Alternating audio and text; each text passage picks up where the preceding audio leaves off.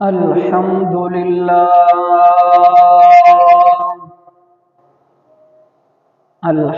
لله نحمده ونستعينه ونستغفره ونؤمن به ونتوكل عليه ونعوذ بالله من شرور أنفسنا ومن سيئات أعمالنا من يهده الله فلا مضل له ومن يضلله فلا هادي له ونشهد أن لا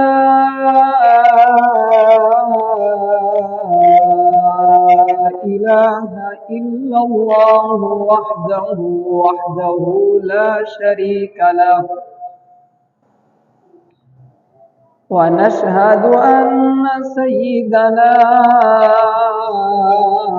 وسندنا وحبيبنا ومولانا محمدا عبده ورسوله أما بعد فأعوذ بالله من الشيطان الرجيم بسم الله الرحمن الرحيم وظللنا عليكم الغمام وأنزلنا عليكم المن والسلوى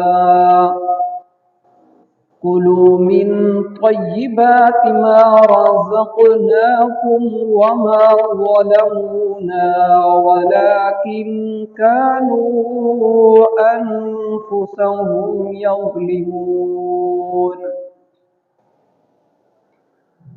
آمنت بالله صدق الله العظيم وصدق رسوله النبي الكريم الأمين ونحن على ذلك لمن الشاهدين والشاكرين والحمد لله رب العالمين۔ نبی کریم صلی اللہ علیہ وآلہ وسلم نے ارشاد فرمایا کہ رات میں نے خواب دیکھا ہے، میرا ایک امتی پل صراط پر سے گھسٹ کر اور کبھی گھٹنوں کے بل چل رہا تھا، اتنے میں وہ درود آیا جو اس نے مجھ پر بھیجا تھا۔ درود پاک نے اس کا ہاتھ پکڑا، اسے پل صراط پر کھڑا کر دیا، یہاں تک کہ اس امتی نے پل صراط پار کر لیا۔ یہ درود پاک کی فضیلت ہے کہ درود پاک پڑھنا بندے کے پل صراط پر بھی کام آئے گا۔ آیت مبارکہ جو تلاوت ہوئی سورۃ البقرہ کی آیت مبارکہ ہے، وَظَلَّلْنَا عَلَيْكُمُ الْغَمَامَ وَأَنزَلْنَا عَلَيْكُمُ الْمَنَّ وَالسَّلْوَىٰ، اور ہم نے تمہارے اوپر بادل کا سایہ بنایا اور تمہارے اوپر من و سلوہ اتارا کہ ہماری دی ہوئی پاکیزہ چیزیں کھاؤ، اور انہوں نے ہمارا کچھ نہ بگاڑا بلکہ اپنی جانوں پر ہی ظلم کرتے رہے۔ یہ آیت مبارکہ 57 ہے۔ اس آیت مبارکہ میں ایک حیرت انگیز واقعہ اللہ تعالیٰ نے ذکر کیا ہے۔ واقعہ یوں ہے کہ جب فرعون غرق ہو گیا، مصر پر بنی اسرائیل غالب آ گئے، اب یہ آزادی کے ساتھ یہاں رہنے لگے مصر میں۔ یہ بات یاد رکھیے کہ بنی اسرائیل کا جو اصل ملک تھا وہ ملک شام اور ارض مقدس ہے، یعنی اب جہاں فلسطین اور بیت المقدس ہے یہ تھا۔ حضرت ابراہیم علیہ السلام ہجرت کر کے یہاں تشریف لائے تھے۔ حضرت ابراہیم علیہ السلام کے اولاد میں حضرت یعقوب علیہ السلام ہوئے، پھر آپ کی اولاد یوں چلی حضرت یعقوب علیہ السلام بھی اسی خطے کے ایک علاقہ کنعان میں، آپ یہاں تشریف فرما تھے۔ حضرت یوسف علیہ السلام کے زمانے مبارکہ میں بنی اسرائیل مصر آئے تھے۔ اب جب بنی اسرائیل کو فرعون سے آزادی ملی، اس وقت ارض مقدسہ پر قوم عمالقہ ان کا قبضہ تھا۔ چنانچہ بنی اسرائیل کو حکم ہوا کہ قوم عمالقہ سے جنگ کر کے ملک شام اور ارض مقدس کو آزاد کراؤ۔ یہ حکم ملنے پر بنی اسرائیل ایک بڑا لشکر حضرت موسیٰ علیہ السلام کی قیادت میں ملک شام کی طرف روانہ ہوا۔ مسئلہ یہ تھا کہ یہ لوگ دل سے اس کام کے لیے راضی نہیں تھے، بے دلی کے ساتھ روانہ ہوئے۔ مصر اور شام کے درمیان ایک میدان ہے جسے میدان تیا کہتے ہیں، صرف 6 فرسخ کا ہے، یعنی 27 کلومیٹر میدان ہے۔ جب یہ لوگ یہاں پہنچے تو انہیں خبر ملی کہ قوم عمالقہ وہ تو بہت طاقتور قوم ہے۔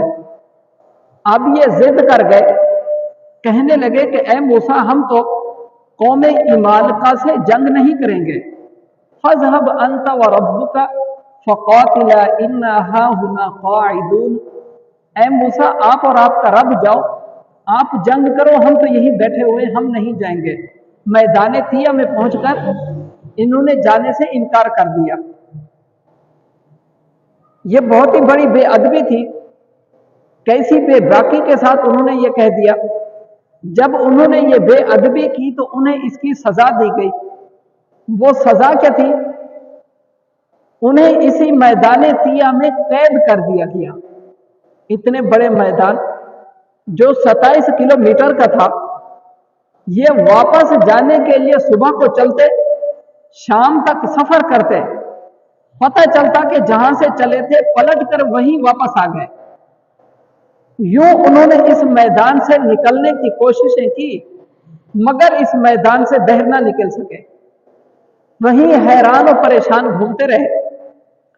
40 سال تک یہ لوگ یہیں قید رہے۔ اب اللہ پاک کی کرم نوازیاں دیکھیے، بنی اسرائیل نے جرم کیا، اللہ پاک کی اور حضرت موسیٰ علیہ السلام کی گستاخی کی، انہیں اس جرم کی سزا میں قید کر دیا گیا۔ اس قید کے دوران ان پر کیا کرم نوازیاں ہوئی، اللہ تعالیٰ ان کو ذکر قرآن میں ارشاد فرماتا ہے، وَظَلَّلْنَا عَلَيْكُمُ الْغَمَامَ، اور ہم نے تمہارے اوپر بادل کو سایہ بنایا۔ چونکہ کھلا میدان تھا، چھاؤں نہیں تھی، کوئی سایہ نہیں تھا، سورج کی دھوپ سیدھی ان پر پڑتی تھی، لہذا ان پر بادلوں سے سایہ کیا گیا۔ وَأَنزَلْنَا عَلَيْكُمُ الْمَنَّ وَالسَّلْوَىٰ، اور تمہارے اوپر من اور سلوہ اتارا۔ یہاں کھانے کا انتظام نہیں تھا، ان کے لیے آسمان سے کھانا اتارا گیا۔ کھانا بھی کیا تھا؟ من و سلوہ، جس کے بارے میں ہے کہ ایک قسم کی قدرتی شکر تھی، میٹھی چیز جو صبح طلوع فجر سے لے کر سورج نکلنے تک شبنم کی طرح برستی تھی۔ ہر شخص کے حصے میں 4 کلو آتی، اور سلوہ جو ہے یہ ایک قسم کا چھوٹا پرندہ تھا جو بھنا ہوا ان کے پاس آتا تھا اور یہ کھایا کرتے تھے۔ اس کے ساتھ ساتھ مزید کرم نوازیاں ہوئی، اللہ پاک نے آسمان سے ایک نوری ستون اتارا جو رات کے وقت ان کے لیے روشنی کرتا تھا۔ اس 40 سال کے عرصے میں ان کے کپڑے میلے نہ ہوتے تھے، نہ کپڑے پرانے ہوتے تھے، بال اور ناخن بڑھتے نہیں تھے۔ جو بچہ پیدا ہوتا کپڑے پہنے ہوئے پیدا ہوتا، اور عمر کے ساتھ جیسے جیسے اس کا قد بڑھتا کپڑے بھی ساتھ ہی ساتھ بڑھتے رہتے۔ یہ بہت ہی زیادہ کرم نوازیاں تھی بنی اسرائیل پر، लेकिन है मुजरिम, कैद किए गए हैं। इस कैद में भी हजरत मूसा अलैहिस्सलाम की बरकत से क्या क्या इनाम दिए गए। लेकिन इस कौम का हाल अजीब था, ये जुर्म करते, सजा मिलती, उस सजा के अंदर मजीद इनामात होते, ये उनका शुक्र करने की बजाय मजीद जुर्म कर डालते हैं। मकाम तिया में भी ऐसे ही हुआ। इस खुले मैदान में उन्हें सब सहूलियात मुयस्सर थी, सिर्फ एक हुक्म दिया गया, कुलू मिन तय्यिबाति मा रज़क़नाकुम, कि हमारी दी हुई पाकीज़ा चीजें खाओ, हमारी दी हुई पाकीज़ा चीजें खाओ। यानी रोज का खाना तुम्हें दिया जा रहा है, इसे बचा कर न रखो। अल्लाह पाक ने आज अता फरमा दिया है, कल फिर अता फरमाएगा, लिहाजा कल के लिए जखीरा न करो, रोज का रोज खा लिया करो। बनी इसराइल ने ये एक हुक्म भी ना माना, कल के लिए बचाकर रखना शुरू कर दिया। इसके दो नुकसान हुए। एक नुकसान यह हुआ कि यह खाना सड़ना और खराब होना शुरू हो गया, और दूसरा नुकसान यह हुआ कि खाना उतरना बंद हो गया। अल्लाह पाक फरमाता है, वमा ज़लमूना वलाकिन कानू अनफुसहुम यज़लिमून, उन्होंने हमारा कुछ नहीं बिगाड़ा बल्कि अपनी जानों पर ही जुल्म करते रहे।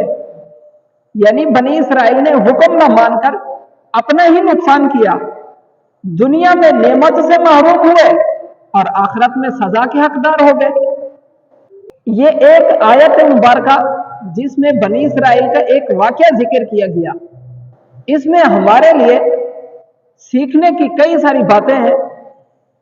पहला सबक तो यह है, पहले सीखने की बात यह है, बनी इसराइल ने अल्लाह का हुक्म न माना, उसकी सजा क्या मिली?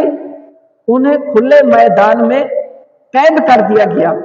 ये हैरान और परेशान इधर से उधर जाते, सारा दिन सफर करते, मगर जहां से चलते वहीं के वहीं रहते, घूम फिर के शाम को वापस उसी जगह पर आ जाते। मालूम हुआ कि अल्लाह पाक की नाफरमानी हैरानी और परेशानी का सबब है। अल्लाह पाक की नाफरमानी परेशानी का सबब है। हमारे साथ भी बाज दफा ऐसे होता है, बहुत परेशानियां जकड़ लेती हैं इंसान को। कभी ऐसा होता है, घर में कोई बीमार हो गया, बेटा बीमार हुआ, उसका इलाज कराया, वो ठीक हुआ, बेटी बीमार हो गई। अभी उसकी बीमारी खत्म नहीं हुई, बच्चे की अम्मा बीमार हो गई, और वो सही हुई, उसके बाद खुद बीमार हो गए। कोई कारोबार शुरू किया, कारोबार अभी सही चला नहीं और कर्ज चढ़ गया, कर्ज उतारा नहीं, कारोबार में खसारा हो गया। तरह तरह की परेशानियां, बहुत सारे मुख्तलिफ मसाइल में घिरे हुए। यूं बाज़ दफा ऐसा होता है कि इंसान परेशानियों में जकड़ा जाता है, इन परेशानियों से निकलने की बहुत कोशिश की जाती है, बंदा हाथ पैर मारता है, इनसे निकल ही नहीं पाता। ऐसा क्यों होता है? हम इस हैरत के मैदान यानी परेशानियों से कैसे निकल सकते हैं? सोचना चाहिए कि कहीं ये हमारी नाफरमानियों की, हमारे गुनाहों की सजा तो नहीं है। फजर सोते हुए गुजर जाती है, जोहर असर और मगरिब काम काज में मसरूफियात में गुजार देते हैं, इशा के वक्त थकावट बहुत होती है, लिहाजा सो जाते हैं। दुरूद पाक पढ़ना, जिक्रुल्लाह करना, वजीफे पढ़ना, कुरान करीम की तिलावत करना, ऐसे नेक कामों की तरफ कभी तवज्जो ही नहीं जाती। सूटी कारोबार किए जाते हैं, दूसरों को तकलीफें दी जाती हैं, और न जाने कैसे कैसे गुनाह किए जाते हैं जो माशरे में आम हो रहे हैं। हम में से हर एक अपने मुतालिक गौर कर ले कि मैं अगर परेशानियों में फंसा हुआ हूं, काम अटके हुए हैं, एक के बाद एक परेशानी आती जा रही है, मैं इस हैरत के मैदान से निकल ही नहीं पा रहा, परेशानियां खत्म ही नहीं हो रही, कहीं ऐसा तो नहीं कि ये मेरे गुनाहों की सजा है, मेरी नाफरमानियों की वजह से मुझे परेशानियों में जकड़ दिया गया है। ہمیں توبہ کی طرف آنا چاہیے، گناہ چھوڑ کر اللہ پاک کی فرما برداری اختیار کرنی چاہیے۔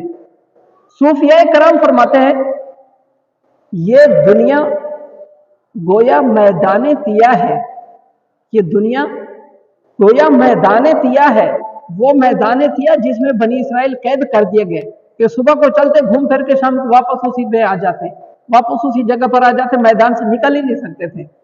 ہمارے پریشانیاں بھی اسی طرح ہوتی ہے۔ فرمایا جیسے بنی اسرائیل میدان طیا میں قید تھے، ایسے سمجھو ہم دنیا میں ایسے ہیں، ہم سب یہاں قید ہیں۔ اللہ پاک نے کرم فرمایا، ہم پر محبوب کریم صلی اللہ علیہ وسلم کی رحمتوں سے سایہ فرمایا۔ سبحان اللہ، ہماری روح کو طاقت دینے کے لیے روحانی غذا یعنی قرآن کریم کو نازل فرمایا۔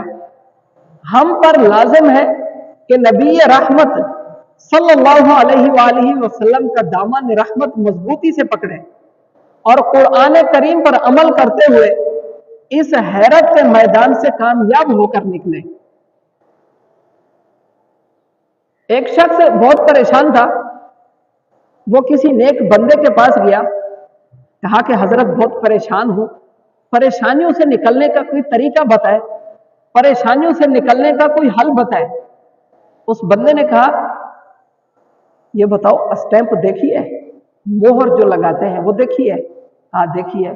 کہا مہر کے اوپر لکھائی کیسے ہوتی ہے؟ جو چیز لکھی ہوتی ہے مہر کے اوپر وہ کیسے لکھی ہوتی ہے؟ کہا الٹی لکھی ہوتی ہے۔ کہا وہ سیدھی کیسے ہوتی ہے؟ بولا کہ جب اس کو کاغذ کے اوپر لگاتے ہیں، مہر کو لگاتے ہیں، وہ سیدھی ہو جاتی ہے۔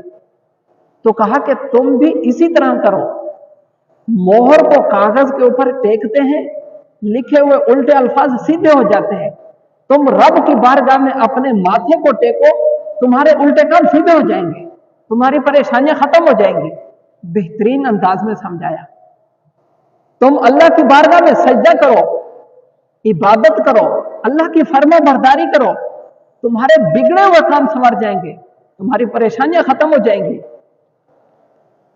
اور بے شک ایسے ہی ہے، اقبال کا بھی ایک شعر ہے کہ یہ ایک سجدہ جسے تو گرا سمجھتا ہے، گرا یعنی تو بہت تیرے پہ بھاری ہوتا ہے، ایک سجدہ بھی نہیں کیا جاتا تیرے سے 5 نمازیں بھی نہیں پڑھی جاتی۔ اقبال کہتے یہ ایک سجدہ جسے تو گرا سمجھتا ہے، 1000 سجدوں سے دیتا ہے نجات آدمی کو۔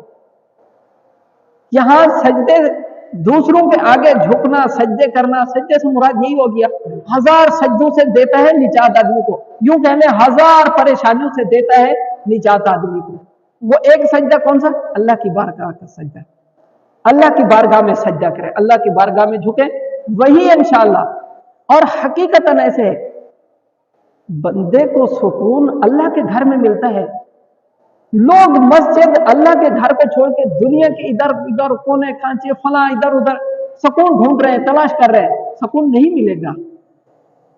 وہ ہزاروں کوششیں کر لیں، سکون نہیں ملے گا۔ وقتی طور پہ آپ دوسروں کے سامنے ہنس بھی لیں گے، دلی طور پہ آپ کو سکون نہیں ہوگا، آپ کا ضمیر آپ کو ملامت کر رہا ہوگا۔ قرآن کریم میں اللہ تعالیٰ ارشاد فرماتا ہے لِلَّذِينَ أَحْسَنُوا فِي هَذِهِ الدُّنْيَا حَسَنَةٌ وَأَرْضُ اللَّهِ وَاسِعَةٌ۔ لِلَّذِينَ أَحْسَنُوا فِي هَذِهِ الدُّنْيَا حَسَنَةٌ، اور دوسری جگہ ارشاد فرمایا وَلَدَارُ الْآخِرَةِ خَيْرٌ، جس کا ترجمہ ہے جنہوں نے دنیا میں بھلائی کی ان کے لیے بھلائی ہے، اور آخرت میں ان کے لیے زیادہ اجر ہے، آخرت کا گھر سب سے بہتر ہے۔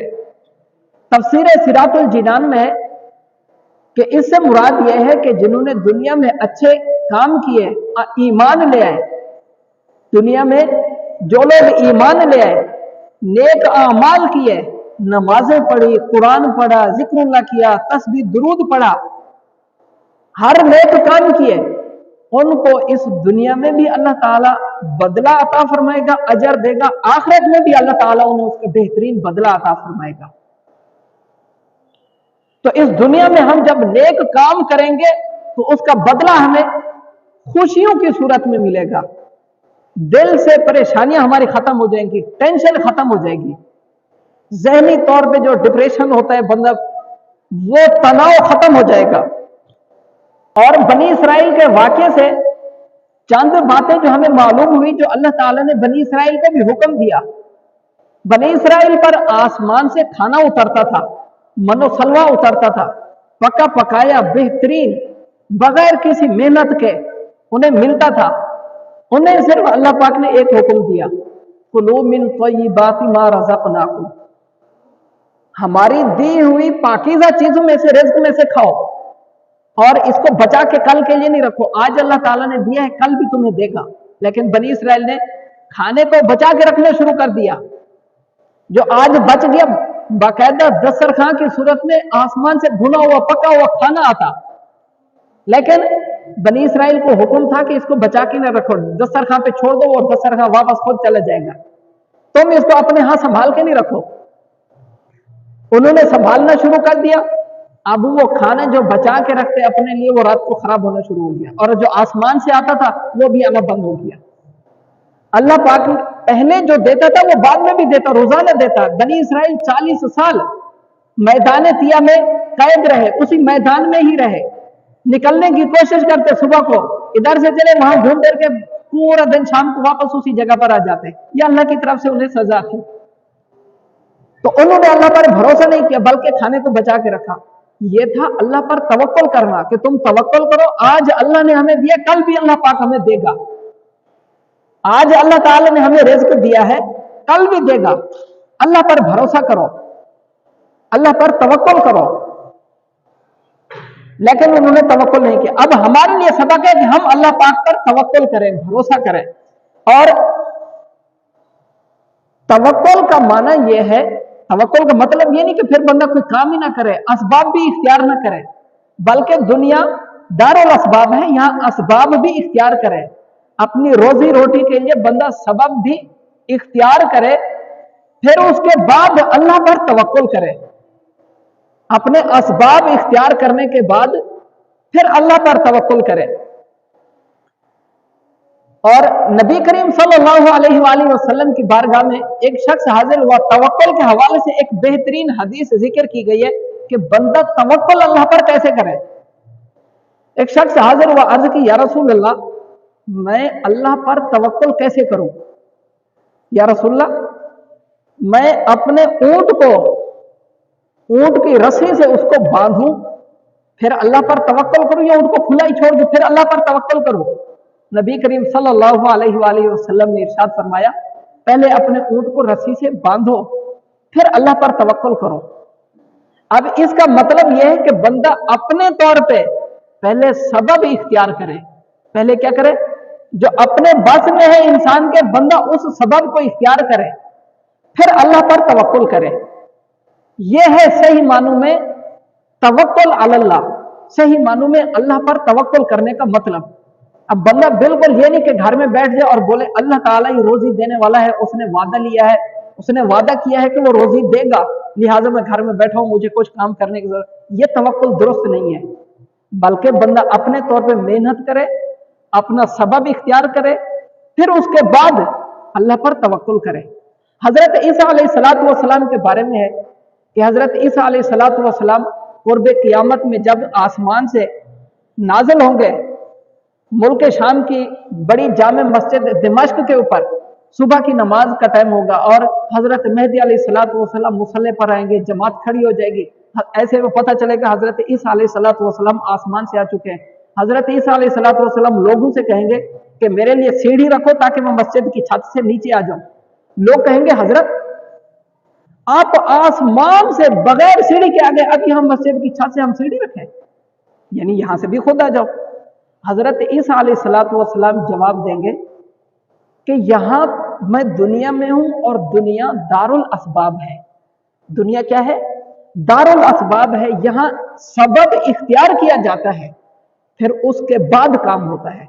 इसलिए हजरत ईसा अलैहिस्सलातु वस्सलाम वहां पर सबब और सीढ़ी के लिए वो जरिया, वो वसीले की बात करेंगे कि सीढ़ी रखो फिर मैं नीचे उतरूं। अब मतलब ये क्या है कि बंदा अपने तौर पे सबब इख्तियार करे, फिर उसके बाद अल्लाह पर तवक्कुल करे। अल्लाह पाक से दुआ है अल्लाह ताला हमें अमल करने की तौफीक अता फरमाए, अल्लाह ताला हमें। अच्छा, इसी तरीके से हम जन्नत के बारे में भी कहते हैं, क़यामत को हिसाब किताब के बारे में भी कहते हैं। अल्लाह ताला ने कुरान करीम में बहुत सारी चीजों का हमें हुक्म दिया है। अब किसी बंदे को यह ख्याल है, किसी इंसान को, कि भाई मैंने तो कलमा पढ़ लिया है, अब जन्नत मिलनी ही मिलनी है, तो भाई अल्लाह ताला ने नेक आमाल का हुक्म किस लिए दिया है? नमाजों की पाबंदी का हुक्म अल्लाह ने किस लिए दिया है? ये अगर कोई बंदा इस तरह उम्मीद लगाए तो ये उम्मीद गलत है, ये उम्मीद गलत है। बल्कि अमल करे कि अमल अल्लाह की बारगाह में बंदे के काम आएंगे। अमल क्या आएंगे? हदीस में नबी करीम सल्लल्लाहु अलैहि वसल्लम ने इरशाद फरमाया, क़यामत के दिन बंदे से सबसे पहले नमाज के बारे में सवाल किया जाएगा, नमाज पढ़ी नहीं पढ़ी, नमाज दुरुस्त पढ़ी। हदीस के अल्फाज है कि अगर नमाज दुरुस्त निकली तो उसके बाकी अमाल भी दुरुस्त निकलेंगे, और अगर नमाज दुरुस्त ना निकली, नमाज बिगड़ी, तो बाकी अमाल भी बिगड़े। अब ये चीजें हैं यहाँ दुनिया में जो हमसे हो सकता है हम वो करें, फिर उसके बाद हम अल्लाह की रहमत से, अल्लाह के फजल से उम्मीद लगाए, अल्लाह पर तवक्कुल करें, अल्लाह पर भरोसा करें। अल्लाह पाक हमें समझने और अमल की तौफीक अता फरमाए। वमा अलैना इल्लल बलागुल मुबीन।